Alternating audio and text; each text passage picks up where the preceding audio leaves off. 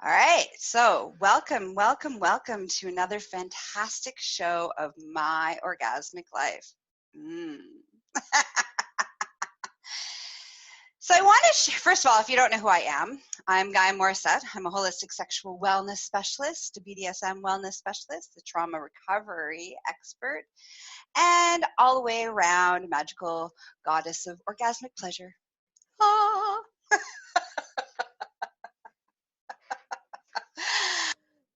And okay, so let's get into our topic. So I often, if you spend any time with me, you'll often hear me say things like, "Don't ick my wow."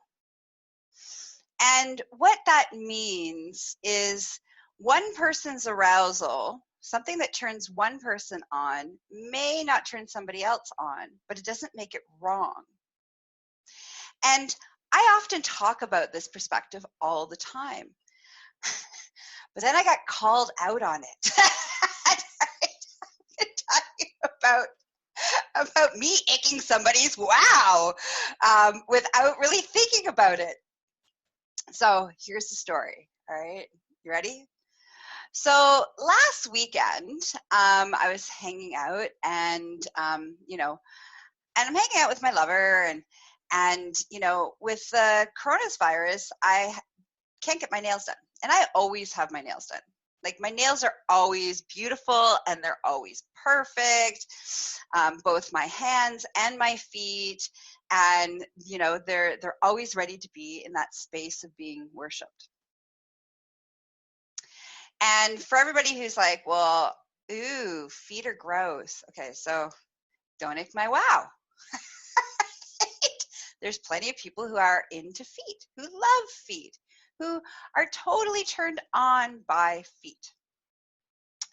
So here we go on the story. So my toes, my feet haven't been done in a while, and I've been doing a lot of my own maintenance and stuff like that, but my toenails were like a train wreck. They were like long enough to climb trees. The paint on, my nail polish was all chipped. I had chipped nails because, I kicked a couple things. And when I looked at my feet, I was like, oh my God, they're disgusting. They need some love. They need some paint. They need some stuff. And in that moment, my lover says to me, he's like, but they're really hot. And he really likes when they're a mess. His arousal response in the not perfect is part of his thing that turns him on. But I am turned on by perfection. When I look at my feet, I'm like, oh, they're so sexy when they're perfect. And when they're not perfect, I'm like, oh, that's disgusting, right? Don't look at them. Don't look at them. I'm hideous. And I wanted to share this with you because I talk a lot about our sexual, and I wanted to drop into like our sexual arousal response varies person to person and experience to experience. And, even me, who, I'm the sex expert, so I'm pretty good about, creating a safe, non-judgmental space. And that's my thing. That's my jam. That's what I do in the world, not just for my clients, but for the people that are around me. And it really occurred to me in that moment how we have incredibly different perspectives. And it's in our perspectives that makes something arousing or not arousing.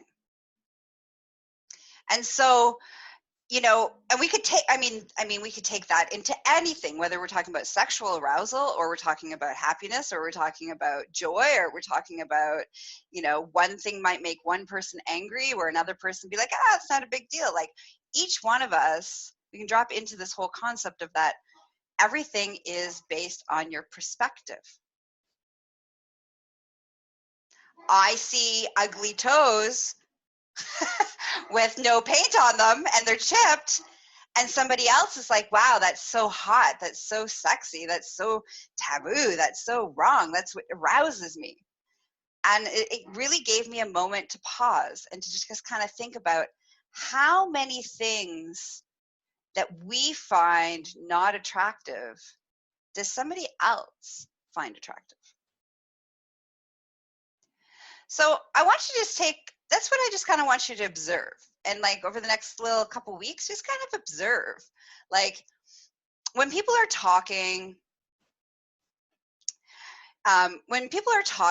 and you're in, and they're talking, like we haven't been able to spend much time with each other because of the coronavirus, right? But before that, right, when people are talking, and even TV, or you can see it in television shows, like, when people make sexual innuendos, some things that are made fun of that one person might think is like, disgusting, somebody else in that room, and this is what I want you to think about, is how we affect others and how we perpetuate shame. So when you start to ick a wow, so icking someone's sexual arousal response to something, you basically, or you make fun of somebody's sexual experience or somebody's sexual desire, in general, you don't know in that room who might actually be very much turned on and aroused about that thing. That might be their thing. That might be the thing that gets them off. That might be the thing that turns them on. It might be a huge component of who they are as a sexual being.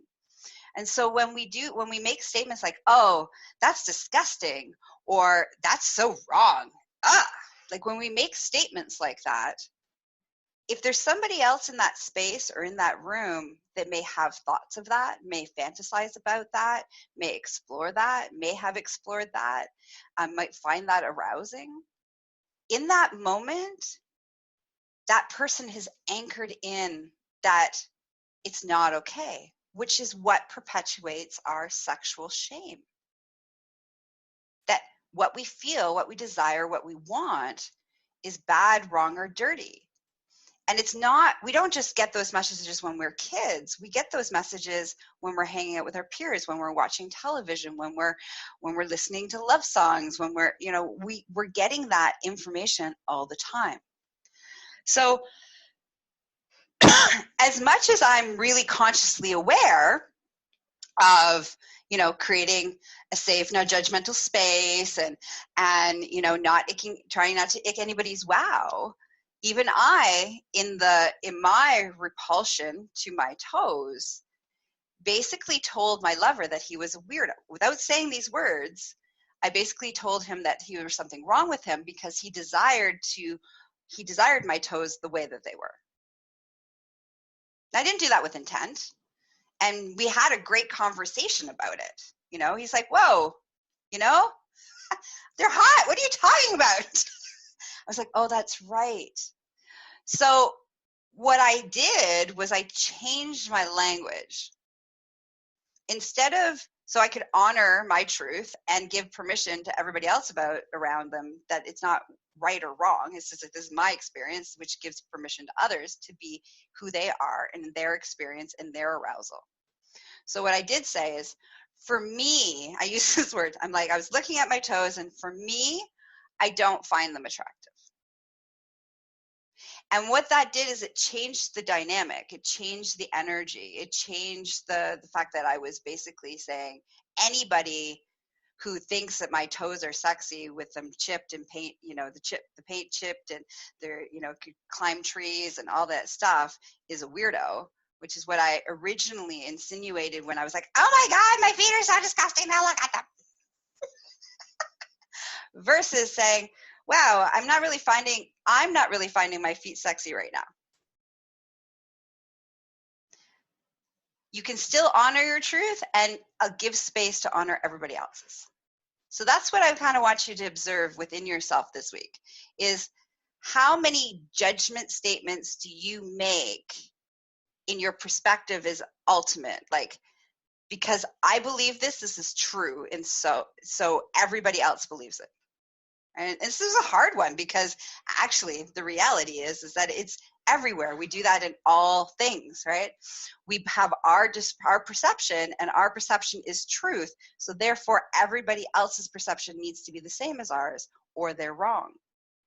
and this is a much deeper conversation, but this is a good way to think about from arousal. Okay, so let's bring it back into the horny. Let's bring it back into the arousal.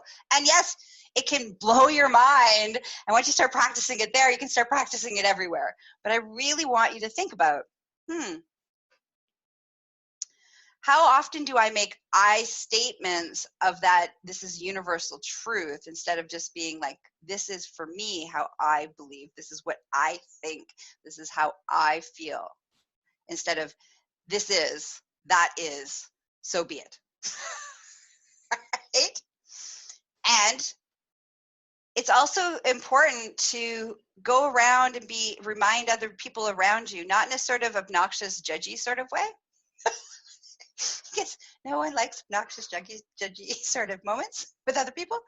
But it's okay to say to somebody when you hear somebody talking about an arousal or an activity or a sexual activity and say statements like, that's disgusting and what's wrong with people and stuff. It's okay for you to challenge them and say, hey, don't ick someone's wow. It may not be your thing, but it doesn't mean that it's not somebody else's thing. All right, so that was my teachable moment of icking somebody's wow, owning it, course correcting, and now sharing the data information with you.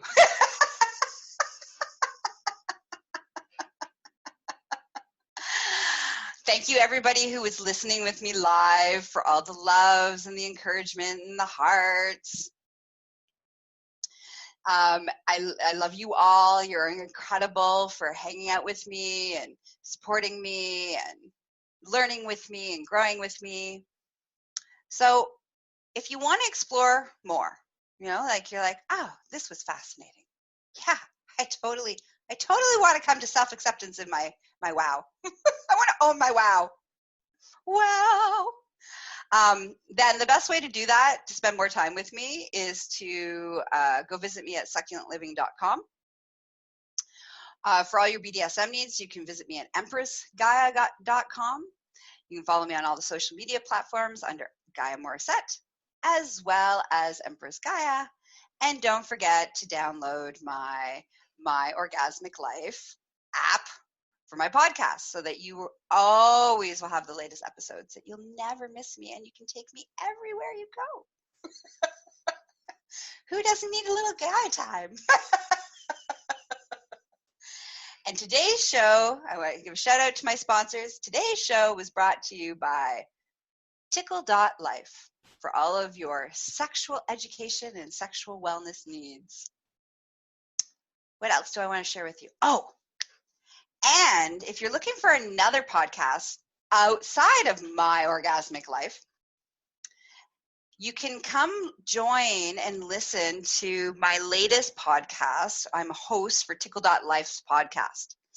And it's a really cool show because we dive into talking with people about their real sex stories, their first experiences sexually and in the relationships and in masturbation and kink and trauma and the whole thing. But we really go deep. We really go deep. Some of them are experts. Some are, you hear some really juicy stories from me. It's a really cool podcast that I feel very honored to be the host of. So go check that out, Tickle.life.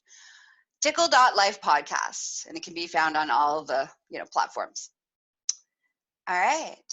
And the last thing is, while you're sitting around and you got some free time, I highly recommend taking one of my courses, one of my online self-study courses. They are epic.